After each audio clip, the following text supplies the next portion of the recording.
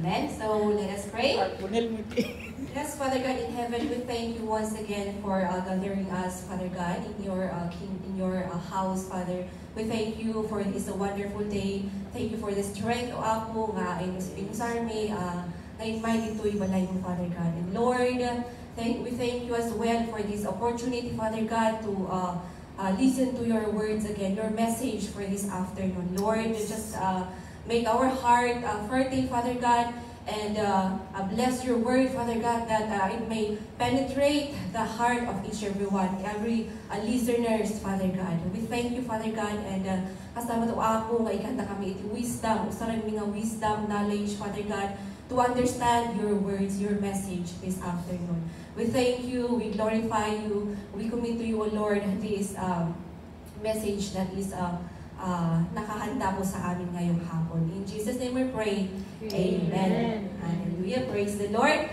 So, ngayong hapon po, I want to ask you if you still remember your childhood days. Natatandaan niyo pa ba? Gaano ka layo? Gaano ka ang nare-remember ninyo sa childhood days niyo? Do you remember if you are an obedient child or a disobedient child? Anuhin mo kayo kapatid, tabi mo. Are you an obedient child or a disobedient child? Amen? Hallelujah. Ako nung bata ako, I could remember, no, na kung may mga palaro, kung nakita ko yung mga kababata ko noon na naglalaro doon, masaya sila, patentero, mga ganun ba. Yung tatay mo may utos sa'yo, may utos sa akin pala. May utos sa akin na siyempre binilingan niya yon before ka pa pumunta ng school. Sabi niya nung umaga, pagdating mo, magsaing ka, pagdating mo, magpakain ka ng manok at magbigyan ng tubig, no? Ganon. But then, dahil nakita ko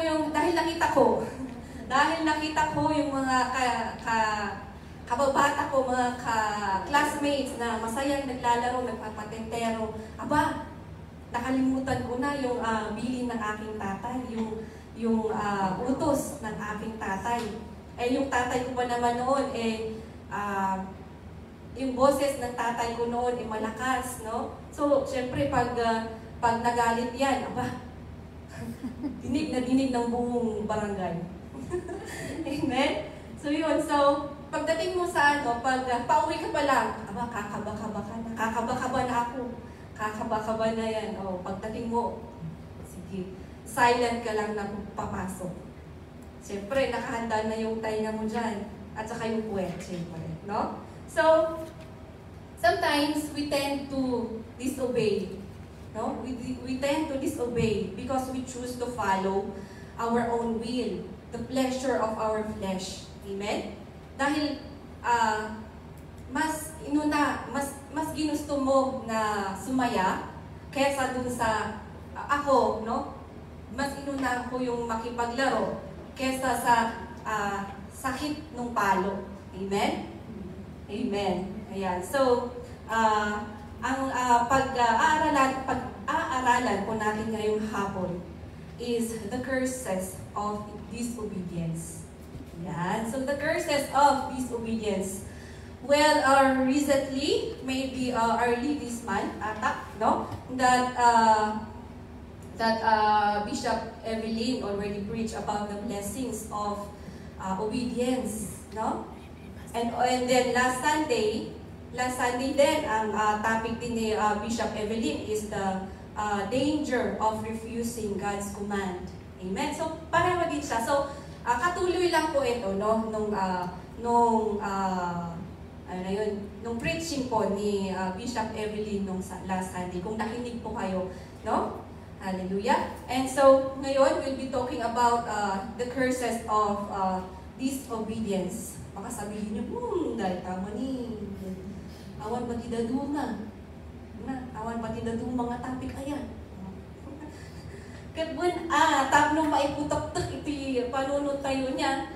Tapno maiputak-tak iti panunod tayo iti about iti disobedience. Diba? Tapno tayo niya maliglipatan. No? About iti disobedience. Amen. Sabi nga po ni Paul, no, na sa 2 Peter chapter 2 verse 12 na I will always remind you of these things, even though you know them and are firmly established in the truth you now have.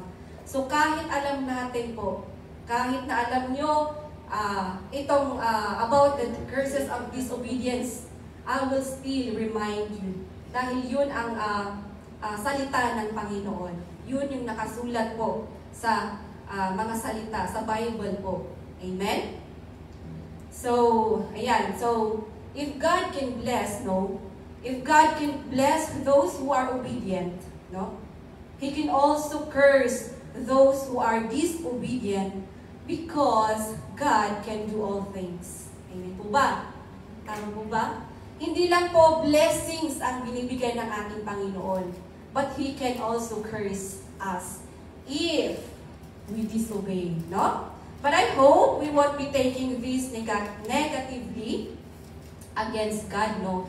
Instead, all the more na ma-encourage po tayo to be obedient, no? To be obedient on the will of God for us. Yung kagustuhan po sana ng Panginoon ang ating susundan, ang ating i-obey. Amen? So, hindi naman basta-basta na bibigay ng curse ang ating Panginoon if hindi naman tayo nag-disobey. Kaya nga po sa salita niya, meron po yung dalawang letrang word, that two-letter word na if, that I-F letter dun sa kanyang salita. So, later on, paki-encircle po yung word na yon. That two-letter word two-letter word makes a big difference kung kasama siya sa statement. Kasi ibig sabihin, there's a condition. Ayan. So, huwag na po natin patagalin. Doon po tayo sa Deuteronomy chapter 28, verse 15 to 68. So kung NIV po yung Bible po ninyo, ang title po niyo dyan is the curses of disobedience din, no? So this is a long passage, 54 verses po to. So maghanda-handa po kayo, mga alas 5 po tayo matatapos. Ayan. So kung nakumangay pa assignment ko na ito yung basaan nyo, kung ibaga ko mga basaan nyo, diretso tayo kuman, i-J ko niya, J-point. But then, I reflected on, no? I was afraid kasi baka nakabalik na, Panginoon, nananatiling assignment nyo pa rin. Amen? Di ba? Sige nga, yung mga pina-assignment na binasa nyo ba talaga yung mga yon? Sige nga, di ba? So, babasahin ko para sa inyo at makikinig kayo. Amen? Hallelujah. So, though this passage is directed to the Israelites, this is also applicable to all those who disobey. Amen? Okay, so verse 15, Deuteronomy chapter 28, verse 15. Ayan, so babasahin ko po. So rundown po tayo na babasahin, tapos we will see the summary ng mga curses of disobedience. Amen? Ayan, so chapter 15, verse 15. However, if you do not obey the Lord your God, and do not carefully follow all His commands and decrees I am giving you today, all these curses will come upon you and overtake you. Take note, take note. O, sabi ko sa inyo, i-encircle nyo yung two-letter word na yan. If. Yan. If. Sabi niya. So, hindi basta-basta na-curse ka ng Panginoon. Amen? If, sabi niya dyan, if you do not obey, sabi dyan, and then, all these curses, sabi niya, all, baka lahat ng mga binanggit dyan, mapapasayo, may papataw sa'yo. Amen? Ano na? So, verse 16, you will be cursed in the city, and cursed in the country. Anyway, this is self-explanatory naman. So, basta babasahin na lang natin. You will be cursed in the city and cursed in the country. So anywhere you are, you can be cursed if you disobey. 17, your basket and your kneading trough will be cursed. And then, the fruit of your womb will be cursed, and the crops of your land, and the calves of your herds, and the lambs of your flocks. Okay, so pati yung mga anak mo maka-curse, hindi lang ikaw. But then, pati yung mga anak mo, mga tinanim mo, mga animal mo, maka-curse, hindi lang ikaw. Take note. Amen? 19, you will be cursed when you come in, and cursed when you go out. 20, the Lord will send on your curses, confusion and rebuke in everything you put your hand to, until you are destroyed and come to sudden ruin because of the evil you have done in forsaking Him. Take note of the word destroy din yan. Ilang beses na na-mention ang destroy dyan at saka ruin. Amen. So the Lord will send you curses, confusion, and rebuke in everything you put your hand to. Lahat ng mga gagawin mo, may curse, no? Until you are destroyed. Amen? So verse 21, the Lord will plague you with diseases until He has destroyed you from the land you are entering to possess. So, ito kasi yung time na the exiles of the Israelites, no, papuntang the promised land. Amen? So, ito yung sabi ng Panginoon. And then 22, the Lord will strike you with wasting disease, with fever and inflammation, with scorching heat and drought, with blight and mildew, which will plague you until you perish. Amen? So, yan. So, 23, the sky over your head will be bronze, the ground beneath you iron. The Lord will turn the rain of your country into dust and powder. It will come down from the skies until you are destroyed. Oh, mas isang na namang destroyed yan. So, instead na tubig po yung ulan, dust po yung dust po yung uulan. Tama ba yung ano? Instead na tubig po yung from the clouds, powder and dust yung nahuhulog from the clouds. Amen? Ayan, kakaiba. So, grabe talaga yung mga makikita natin dito. And then, 25, the Lord will cause you to be defeated before your enemies. You will come at them from one direction, but flee from them in seven, and you will become a thing of horror to all the kingdoms of one. So, imbis na united kayong pumasok, lalabas kayong watak-watak. Amen. And then 26, your carcasses will be food for all the birds of the air and the beasts of the earth, and there will be no one to frighten them away. So pag kayo ay namatay, baka hindi pa patay yan. Baka buhay na kinakain ng bird. Amen. Wala namang sinabing namatay yan, yung carcasses pala sabi. So namatay yan. Oo. And then 27, the Lord will afflict you with the boils of Egypt, and with tumors, festering sores, and the itch from which you cannot be cured. O hindi mahihil yung sakit nyo na madaming skin diseases, no? Yung description din na kay Job. Amen? So, masakit po yun, makate, hindi mo alam kung anong gagawin. And then 28 po, the Lord will afflict you with madness, blindness, and confusion of mind. O mapapaliw ka daw. At midday, you will grow about like a blind man in the dark. You will be unsuccessful in everything you do. Day after day, you will be oppressed and robbed with no one to rescue you. Kahit anong gagawin mo, you will always fail. Kahit gaano kakasigasig sa mga ginagawa mo, you will always fail. Remember that if you disobey. 30, you will be pledged to be married to a woman, but another will take her and ravish her. You will build a house, but you will not live in it. You will plant a vineyard, but you will not even begin to enjoy its fruit. Yan yung sinasabing, ako ang nagluto, iba ang kumain. Diba? Amen. And then, verse 30, 31, your ox will be slaughtered before your eyes, but you will eat none of it. Yan. So, agkat-katay ka na lang. Agkat-katay ka na lang ang makikita DJ animal mo nga kinatay na. Amen. Your donkey will be forcibly taken from you and will not be returned.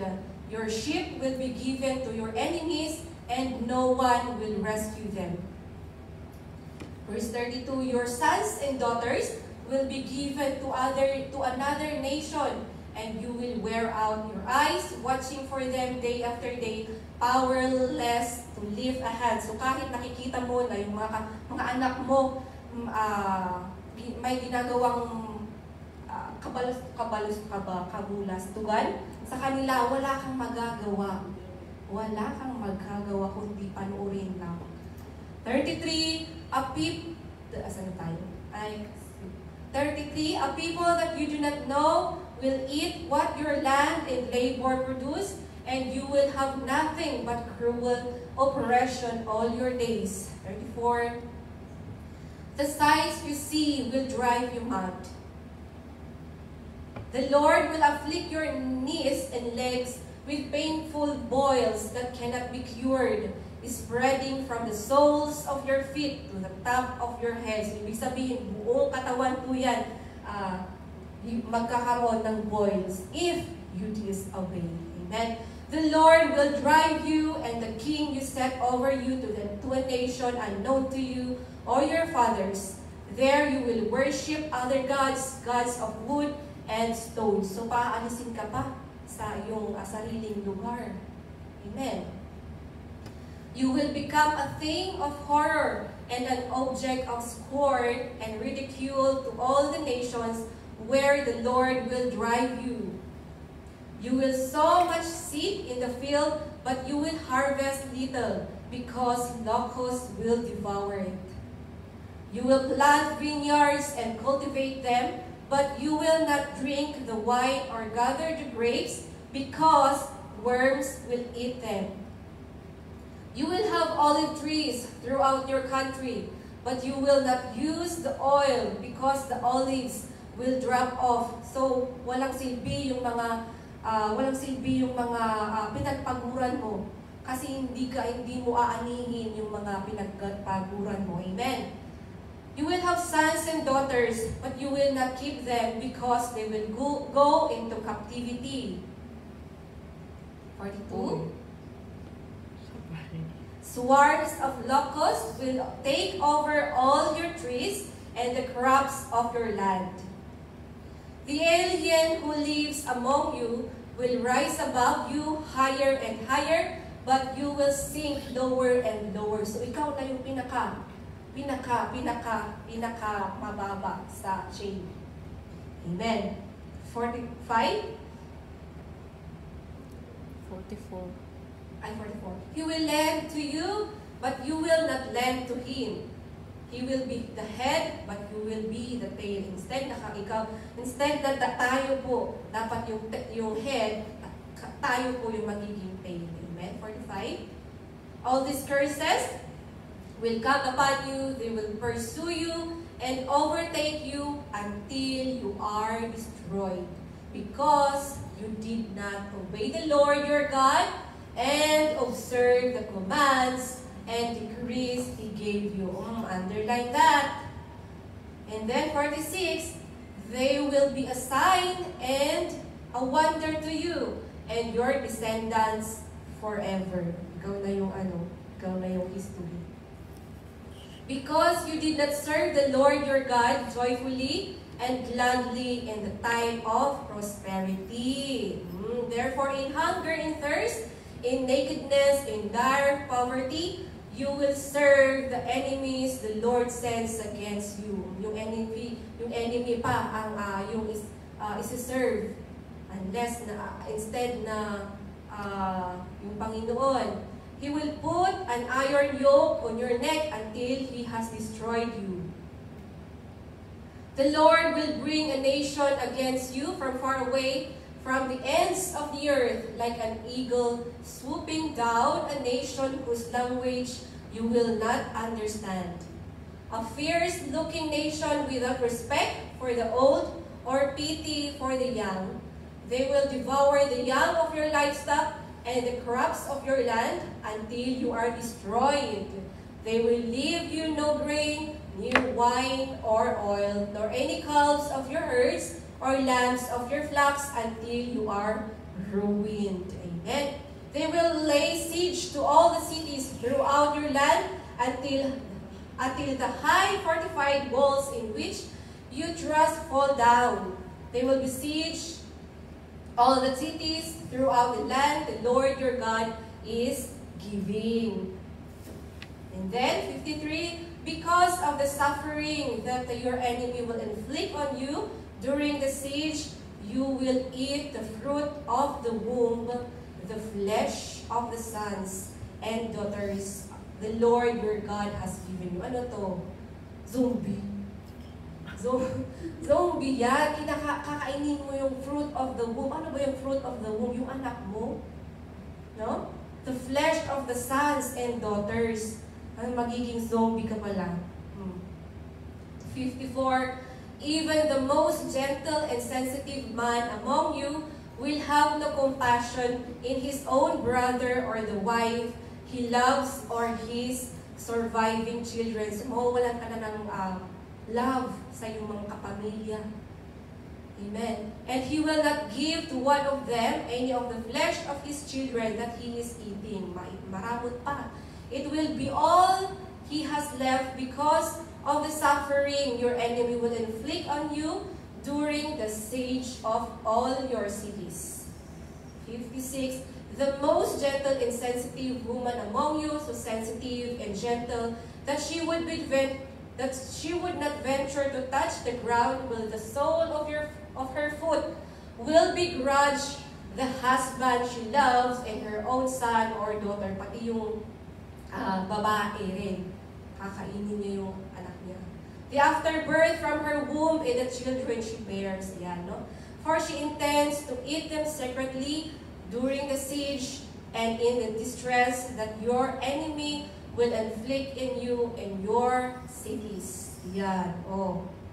So, binabasa natin ito para makita natin kung gaano kagrabe na sabi ni Bishop nung Sunday, kagrabe ang the effect or curses of disobedience. Ayan, so, ito, take note, itong verse 58 to 63.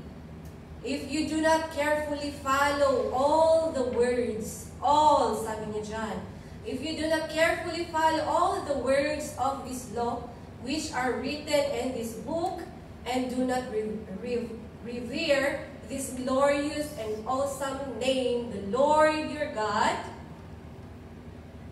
the Lord will send fearful plagues on you and your descendants, harsh and prolonged disasters, and severe and lingering illnesses. Okay, so, ayan, sabi niya, so yung command ng Panginoon, sabi niyo, ano bang command ng Panginoon sa akin? Ano yung i-disobey ko? Oh, sabi niya dyan, it's written in this book. Nasa Bible mo yan. Amen. And then, saan po tayo?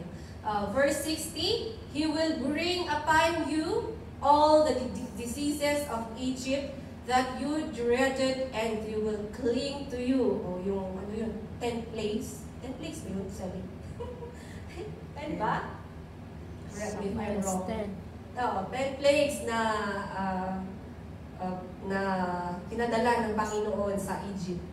61, the Lord will also bring on you every kind of sickness and disaster not recorded in this book of the law until you are destroyed. Ibig sabihin, yung mga hindi natin na-imagine na kayang gawin ng Panginoon, pwede niyang gawin.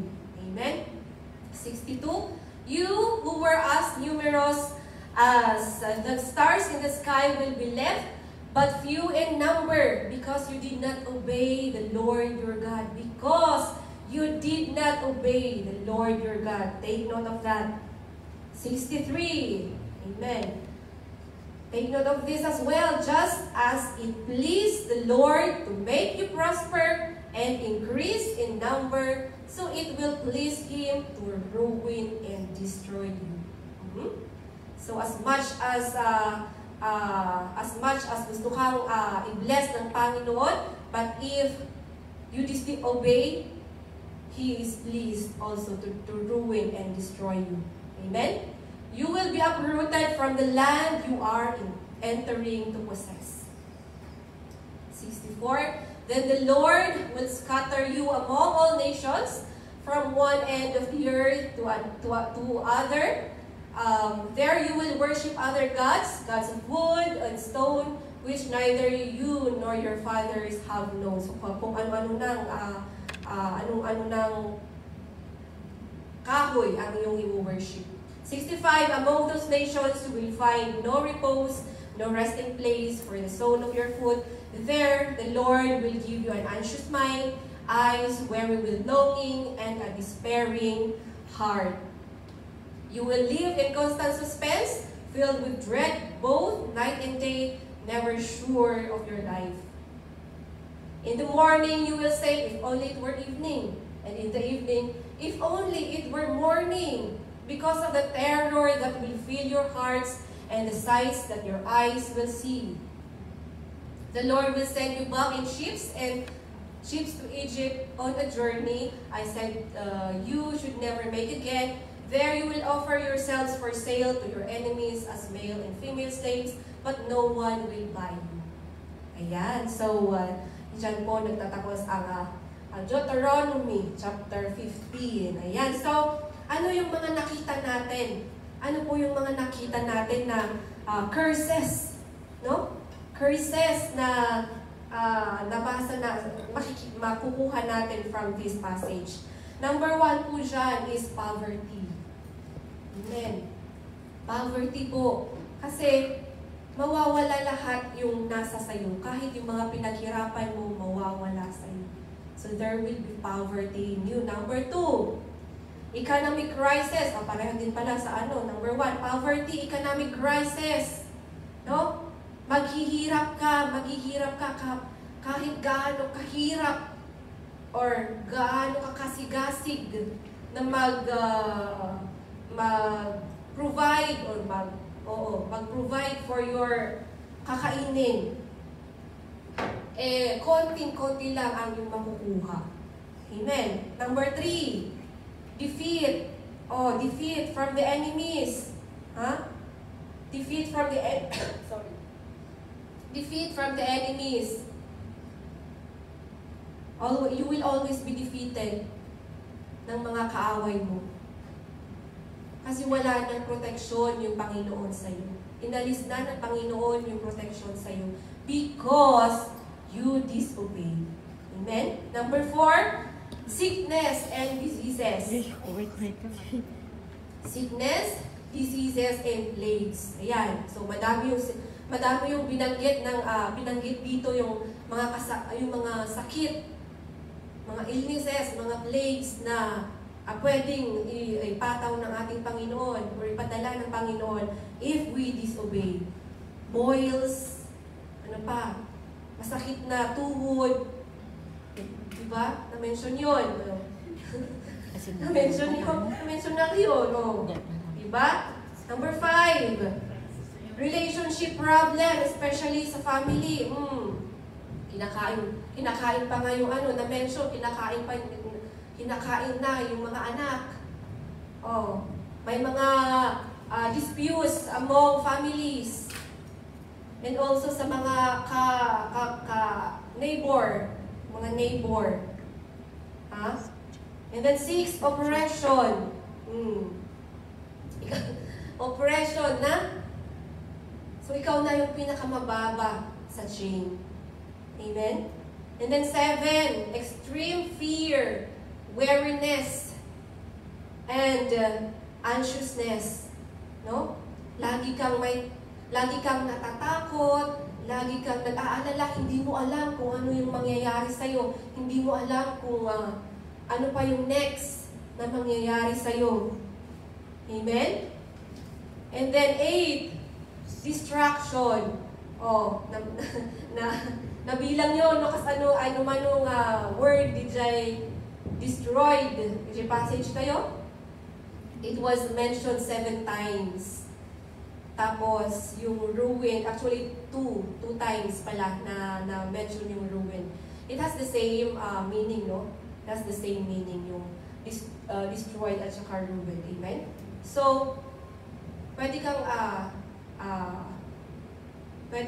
i-destroy ng ating Panginoon if you disobey. And then 9, of course, separation from God. Amen? Yun na yung pinakamasakit. The separation, the total separation from God. Amen? If you disobey, if you continue to disobey, you will be separated from the presence of the Lord. Amen? Ayan. So, I want us to look some of the examples of the Bible characters who disobeyed the direct command from God. Ayan. So, mga examples. Siyempre, number 1 dyan, yung ating pinaka-ninuno. Amen? Adam and Eve. Sila yung pinakaunang nag-disobey, di ba?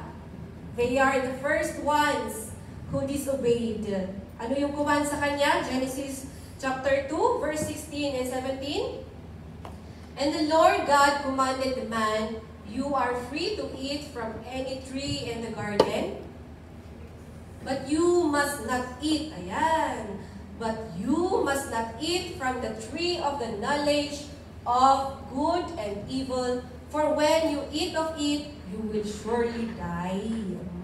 You will surely die, sabi dyan. And then, ano yung ginawa nila? Genesis chapter 3, verse 6.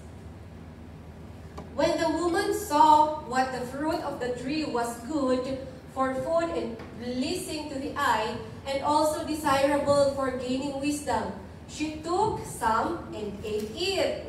Kinain niya. Kabilin-bilinan ng ating Panginoon, huwag niyang kainin. She also gave some to her husband who was with her, and he ate it. So, binigay pa sinali pa yung asawa niya. Sinali niya yung asawa niya, eto namang asawa niya, kinain din. Kinalimutan yung kabilin-bilinan ng ating Panginoon. So ano yung consequences? Ano yung consequences ng pag-disobey nila? Yes, it's a separation from God. Pero unang-una is loss of innocence. Loss of innocence kasi, basahin natin Genesis chapter 3 verse 7. Then the eyes of both of them were opened, and they realized they were naked, so they sewed fig leaves together and made coverings for themselves. O, di ba? Nawala yung ka-inosentihan nila. Imbis na they were walking naked, wala silang pake, hindi nila alam, they were naked. But then, dahil na-open, because of their disobedience, na-open ang kanilang mata, and they saw that they are naked. Kaya gumawa sila, nagtahi sila ng dahon na pantakip sa kanilang katawan. Amen? And then, anong sumunod doon? They were banished. They were banished from the Garden of Eden. Yan. So the Lord God banished him from the Garden of Eden to work the ground from which he had been taken. Ayan. So, they were banished from the Garden of Eden, and naghirap sila. Instead, imbis na yung buhay nila, nung nasa Eden pa sila is hayahay, nung umalis na sila, nung pinaalis na sila sa Eden, kailangan na nilang maghirap, kailangan na nilang magbungkal para makakuha ng mga kakainin. Amen. And then, ano pa ang nangyari? Dahil sa disobedience nila, sin entered the world. Amen. So yung sin, it was passed from generation to generation, pati sa mga hindi pa naipanganak. Amen? Kahit yung hindi pa naipanganak, may kasalanan na. Amen? Ayan. So, when we start to disobey, nagkakaroon ng butas. Yung proteksyon na nilagay ng Panginoon sa atin. And that small hole will be the entrance of more sin. Mas madami pa. Siyempre, aglulumbad ang itasin na umunag kinyam. Siyempre, yung ano na sila ng timing. Ay, may butas na yung proteksyon ng Panginoon sa kanya. Aglulumbadan. Diba? Siyempre, nung naglulumbadan, dumakulan di Jay butas sa proteksyon na nilagay ng Panginoon. And if that is not patched immediately, kung hindi mo yan inayos, hindi mo yan binulkasilan, bulkasil sa roof. Nuhan mo nga binulkasilan dahil tangadagos. Ayun, dumakal din dumakal, and then you will tend to disobey hanggang sa separation from the presence of the Lord. Amen? And then, number 2 po natin, na example, Moses. Amen? Moses. Anong command kay Moses? Numbers 20, verse 7 to 12. Sabi ng Panginoon kay Moses, the Lord said to Moses, take the staff, and you and your brother Aaron gather the assembly together. Speak to that rock before their eyes, and it will pour out its water. You will bring water out of the rock for the community, so they and their livestock can drink. And then verse 9 po. So Moses took the staff from the Lord's presence, just as he commanded. He and Aaron gathered the assembly together in front of the rock, and Moses said to him, listen, you rebels, must we bring you water out of this rock? Then Moses raised his arm and struck the rock twice with his staff.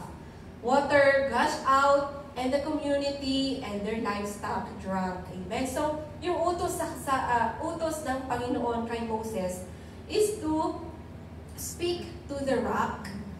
Pero in Exodus ata, is to strike once ata yung sabi doon. So, never mind.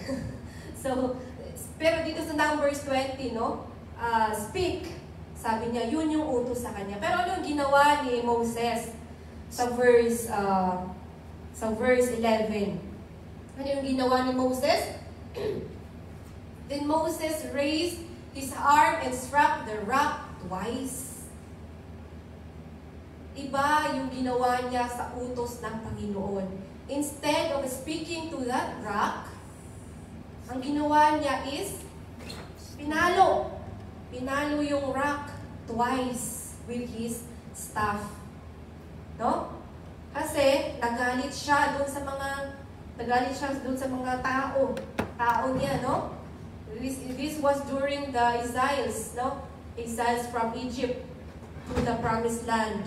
Nagreklamo kasi itong mga tao niya that they are thirsty.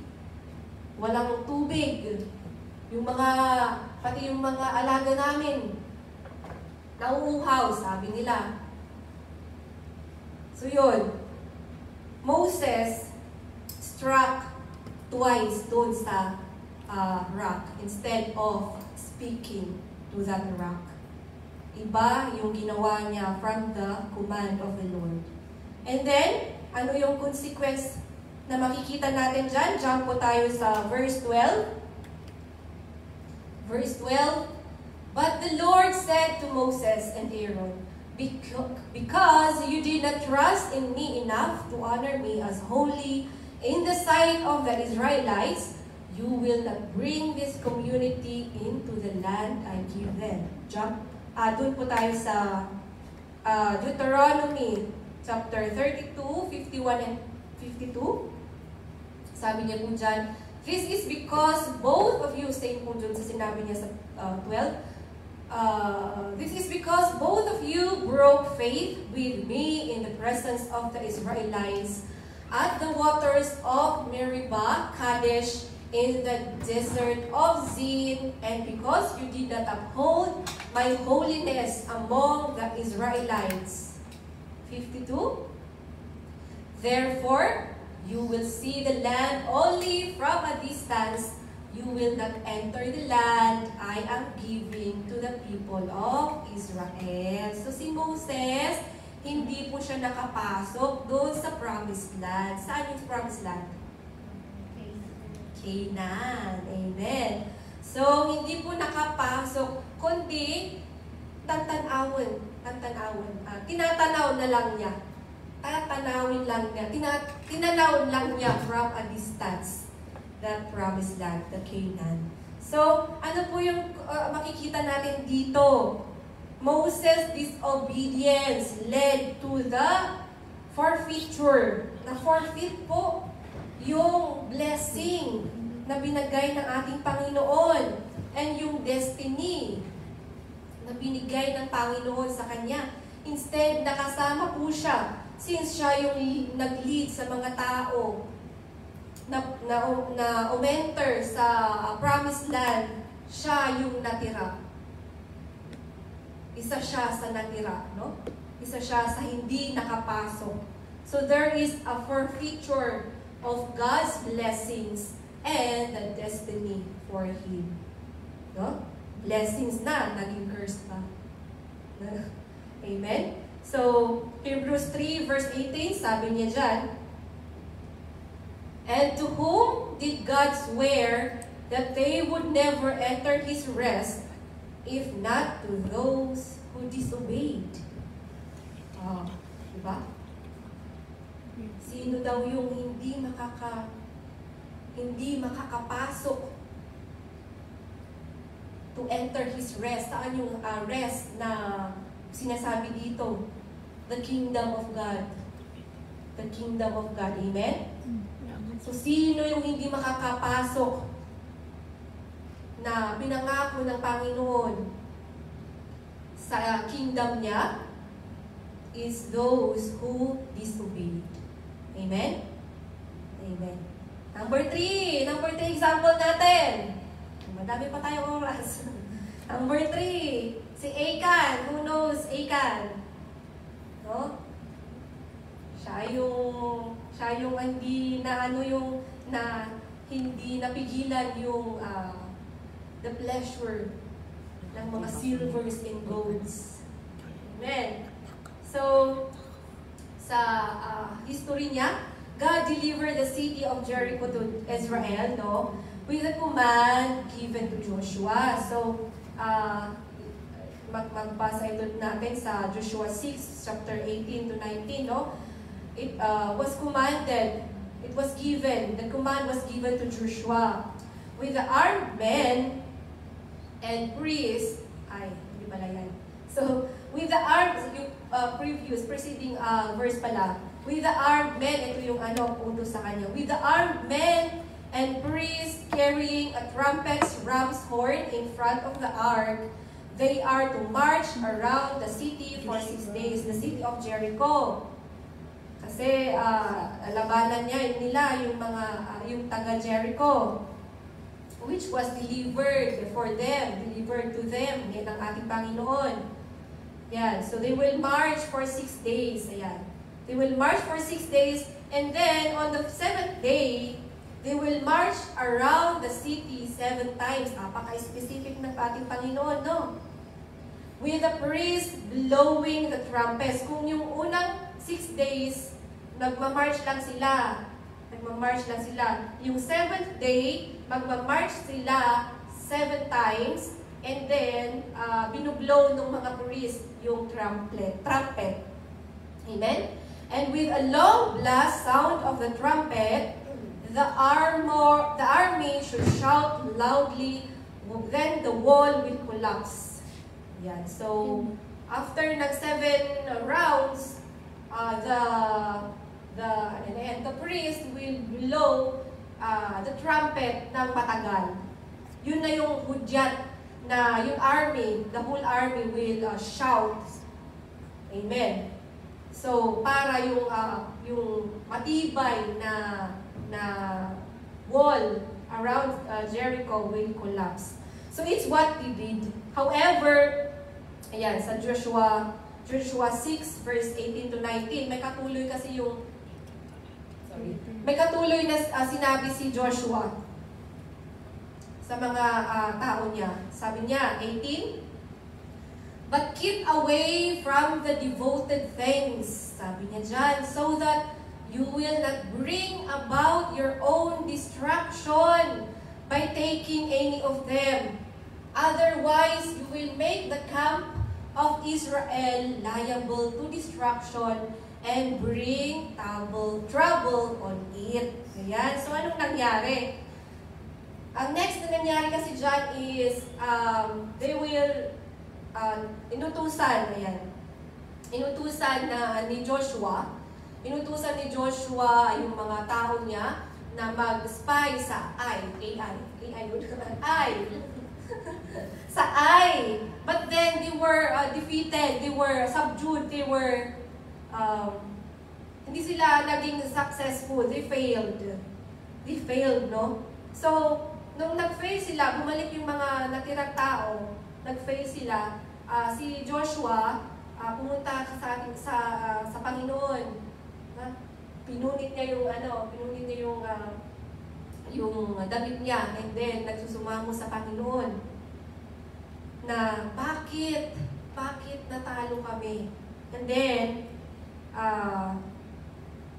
Joshua said, ayan, basahin natin sa 7, chapter 11, 11 and 12. Ayan. Kasi sinabi ng ating Panginoon na may nag-violate. Ayan. Israel has sinned. Sabi ng Panginoon dyan. "They have violated my covenant, which I commanded them to keep. They have taken some of the devoted things. They have stolen, they have lied, they have put them with their own possessions." Sabi ng kabilin-bilinan ni Joshua sa kanila na huwag silang kukuha ng mga devoted things. Amen. Pero anong ginawa ng iisang tao ang gumawa nun, but then madami ang nadamay. Amen. That is why the Israelites cannot stand against their enemies. They turn their backs and run because they have been made liable to destruction. "I will not be with you anymore unless you destroy whatever among you is devoted to destruction." Oh, makikita ulit natin dyan na wala yung proteksyon ng Panginoon sa mga Israelitas dahil sa disobedience again. And then, yan yung consequence. Joshua chapter 20, sana tayo? Yan. 20, yan. So, nung kinonfront na ni Joshua sa crowd, umamin si Achan, sabi niya, "It is true, I have sinned against the Lord, the God of Israel. This is what I have done. When I saw in the plunder a beautiful robe from Babylonia, 200 shekels of silver and a wedge of gold weighing 50 shekels, I coveted them and took them. They are hidden in the ground inside my tent with the silver underneath." Ayan, so was tempted na kinuha niya yung mga kumikinang-kinang. Amen? And then, jump to 24. Then Joshua, together with all Israel, took Achan of son of Zerah, the silver, the robe, the gold wedge, his sons and daughters, his cattle, donkeys, and sheep, his tent, and all that he had to the valley of Achor. Ayan, so, kinuha nila si Achan. Kinuha nila, anong ginawa? Ano yung next na verse pala dyan? Sorry. Kinuha nila and then they destroyed them. They destroyed them. Destruction po yung naging kapalit ng disobedience ni Joshua. So Achan's disobedience led to defeat ng mga Israelitas, and also the death of his family, his flocks, and him. So hindi lang siya yung napatawan ng consequence ng kanyang disobedience, but also his tribe, his family, his animal, and him. Amen? So it's a total destruction for him. Amen. And then, so jump po tayo since na-mention po ni Bishop si Saul. Anong Sunday? Saul also disobeyed, no? Saul also disobeyed. So anong nangyari sa kanya? Kasi ang utos kay Saul po, ang utos kay Saul is to destroy everything doon sa tinalo nilang tribe. So, to destroy everything, lahat, pati tao at mga animal. But then, ang ginawa ni Saul is tinira yung mga fatty, yung mga matatabang animal. So, inisip niya na i-offer sa Panginoon. But then, that is not the command. That is not the command. So, anong nangyari sa kanya? Ni-reject siya ng ating Panginoon as a king. Amen? So, ni-reject siya. Saul's disobedience led to God's rejection. So, pinalitan siya ni Solomon. Pinalitan ng Panginoon siya as a king. Pinalit niya si Solomon. Amen? Solomon, pinalitan ka ba? David. Saul at saka David. Ay, yes. Sorry. Oo pala si David. Ayan. And then, isa pa. Kaya-kaya niyo yan. Isa pa si Jonah. Amen. Si Jonah. Kilala po natin si Jonah. Apaka-cute kasi ni Jonah. Kung babasahin niyo yung buong istorya, para lang silang kaibigan, best friend ba, ng ating Panginoon. Diba? So si Jonah po, ang utos sa kanya sa Jonah verse 1, 2-3, so assignment na lang po yung buong yung story. So Jonah chapter 1 verse 2, sabi po ng Panginoon sa kanya, "Go to the great city of Nineveh and preach against it, because its wickedness has come up before me." Ayan. So, apaka-wicked daw sa Nineveh. Kaya kinailangan niyang utusan si Jonah na i-proclaim ang the word of God doon sa Nineveh. But then, anong ginawa ni Jonah instead na pumunta ng Nineveh? Jonah ran away from the Lord and headed for Tarshish. He went down to Joppa, where he found a ship bound for the port.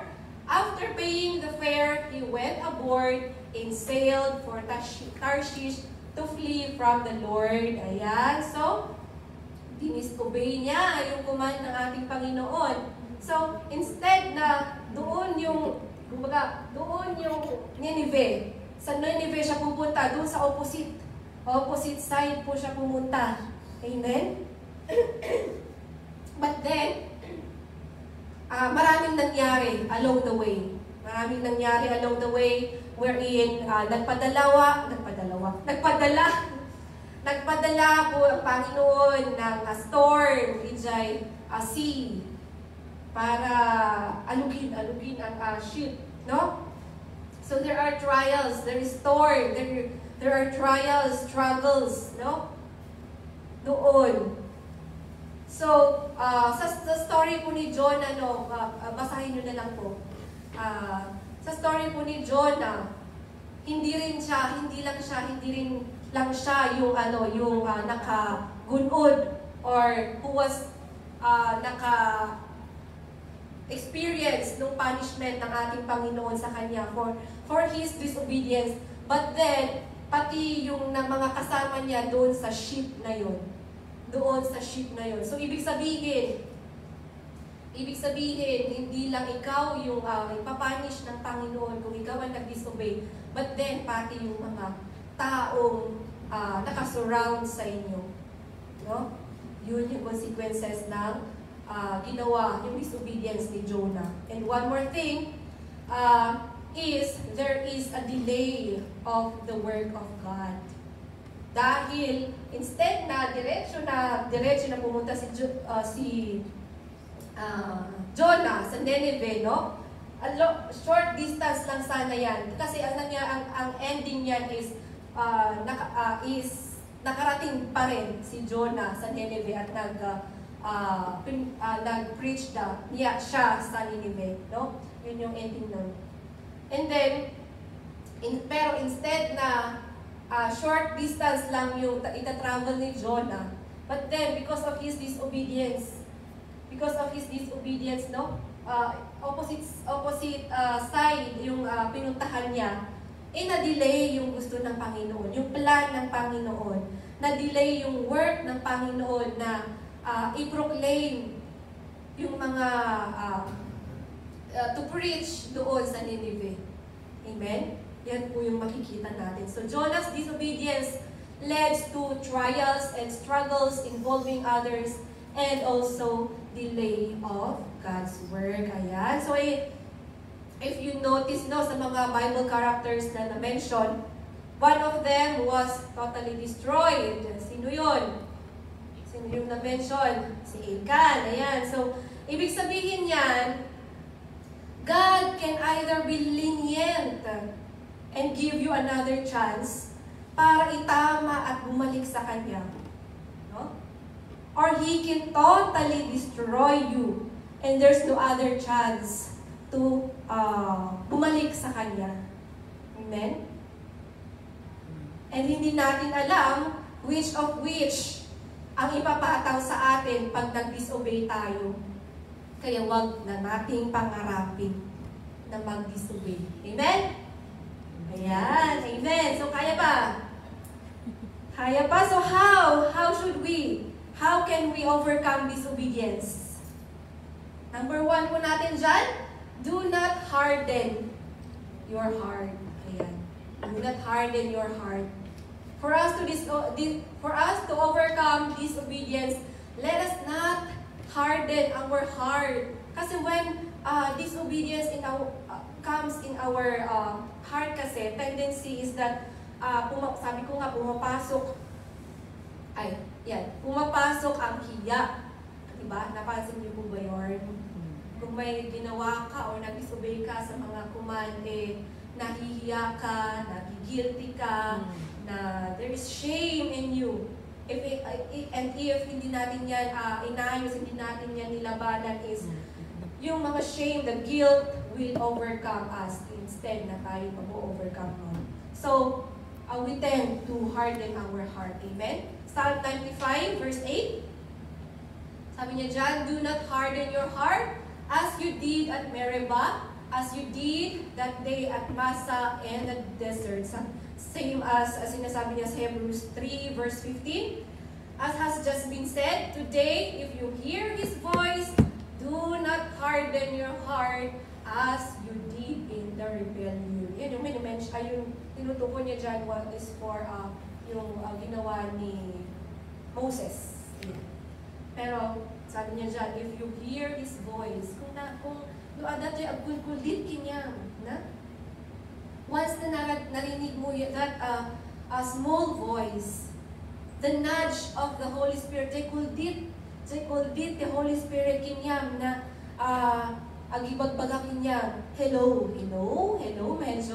medyo lumilihis po yung daan natin, yung tinatahak po nating daan. Anak, sabi sabi ng Holy Spirit sa'yo, Aba,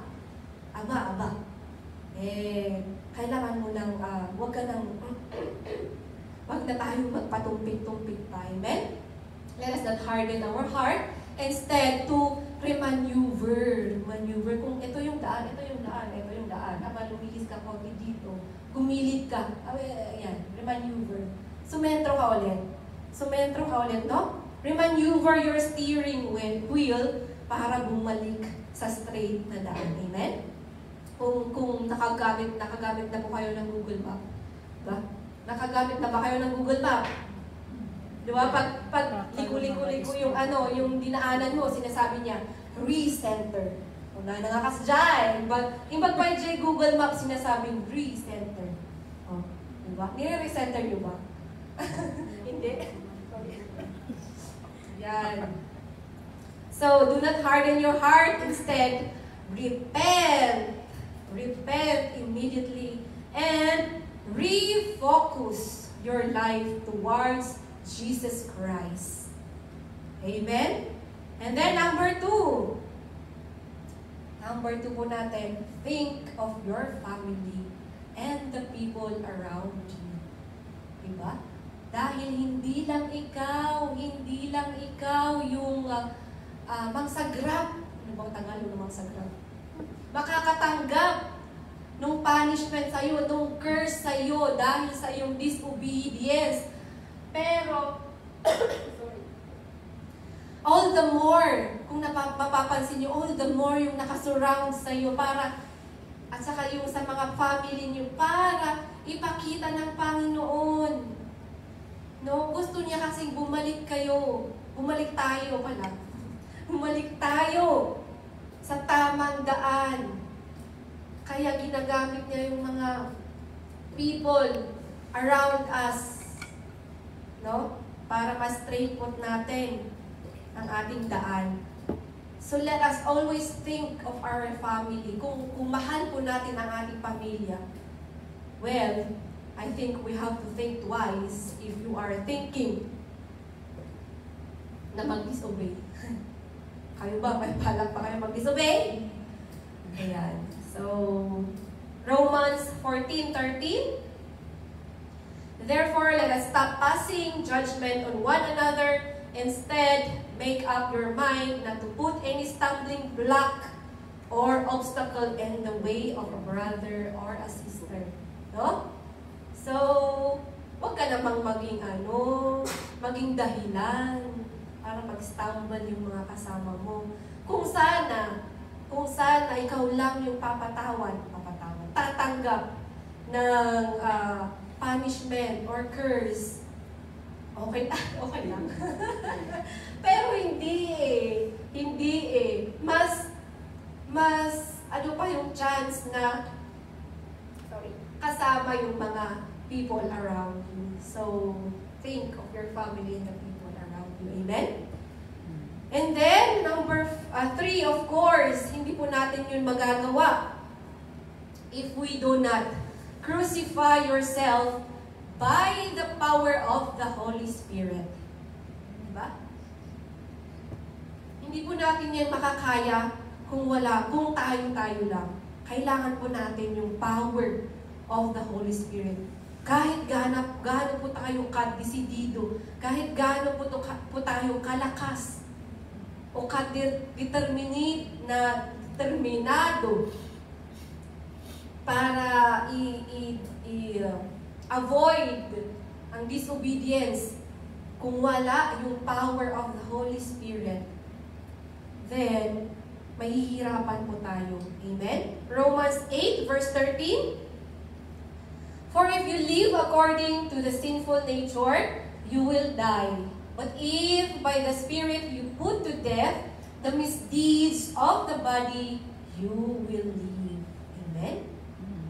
So it's by the power of the Holy Spirit na makakaya po natin na i-crucify or i-deny ang ating katawan.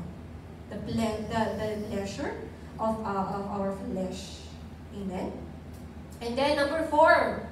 Number 4 po natin, anong gagawin? Always be zealous for the fear of the Lord. Proverbs 23, verse 17. For if you live according to flesh, flesh ulit po yan, you will die. But if by the Spirit you put to death the misdeeds of the body, you will live. Ay, pareho no? Ay, sorry. Pareho no?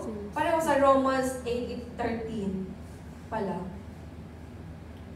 Tama ba? Proverbs. Sorry. Proverbs 23, verse 17. Do not let your heart envy sinners. Ba't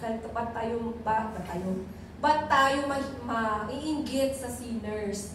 But always be zealous for the fear of the Lord. No? Yung DJ fear of the Lord kumaiti, tayo gagaya tayo. Amen? Proverbs 16, verse 6. Through love and faithfulness, sin is atoned. Through the fear of the Lord, evil is avoided. Amen. So, it's the fear of the Lord na makakatulong po na ma-avoid po natin ang sin. Amen. The evil one. Amen. So, let us always be zealous for the fear of the Lord. And then, last but not the least, lastly, finally, number 5 po, of course, always apply the WWPFS. Okay?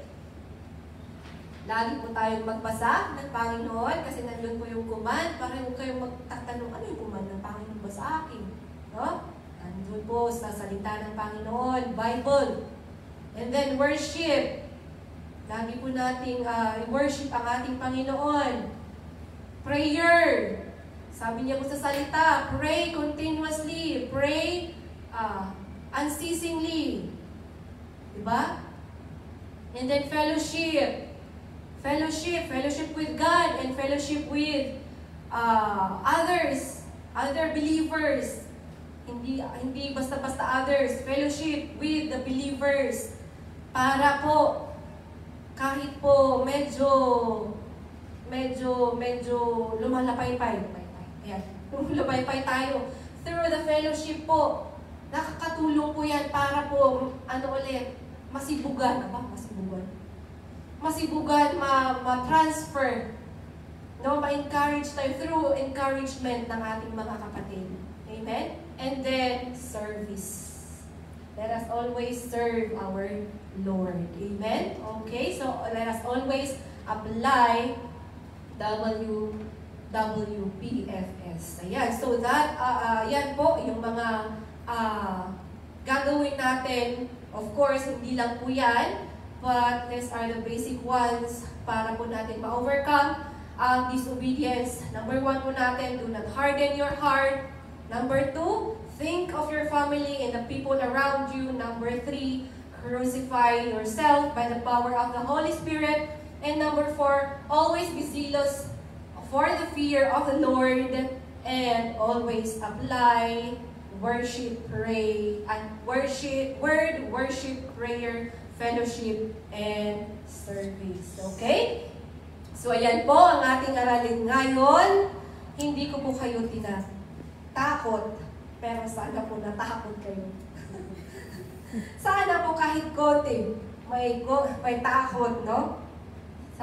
Based on sa nabasa po natin sa Deuteronomy 28:15 to 68, no? Sa mga pwede po maging consequences ng pag-disobey. And mind you, hindi lang ito ang mga kayang gawin ng ating Panginoon. If. Huwag niyo pong iwawala yung if. Baka sabihin niyo, yung Panginoon pala nag-curse. Iba yun. Iba yun. May if po ito, may if.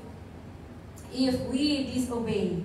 For our God is an omnipotent God. What does omnipotence mean? All-powerful. God, that He can do all things. Kahit ang mga bagay na di natin ma-imagine. Kaya wag na po nating balakid o ituloy ang mga binabalak na pag-disobey kung meron man. For Jesus is really coming very soon. Amen? Amen. So let us pray. Yes, Father God in heaven, we thank you, Lord, for your words. We thank you, Lord, for your itong mga napakinggan po namin, Lord. Continue, Lord, to inculcate in us, Father God, and help us, Father God, to be strong. Help us, Lord, para po we could be able to overcome this disobedience. Akas nakita mo, Apo, no, kas ano po, kagrabe, ang pwede niyo pong ipataw or gawin sa mga taong nagdi-disobey, Father God. Lord, strengthen us in faith. Let your Holy Spirit be lagi po namin kasama, Father God, para po makaya po namin na ma-overcome ang disobedience, Father God. We thank you, we glorify you, God, in Jesus' name. Amen. Amen.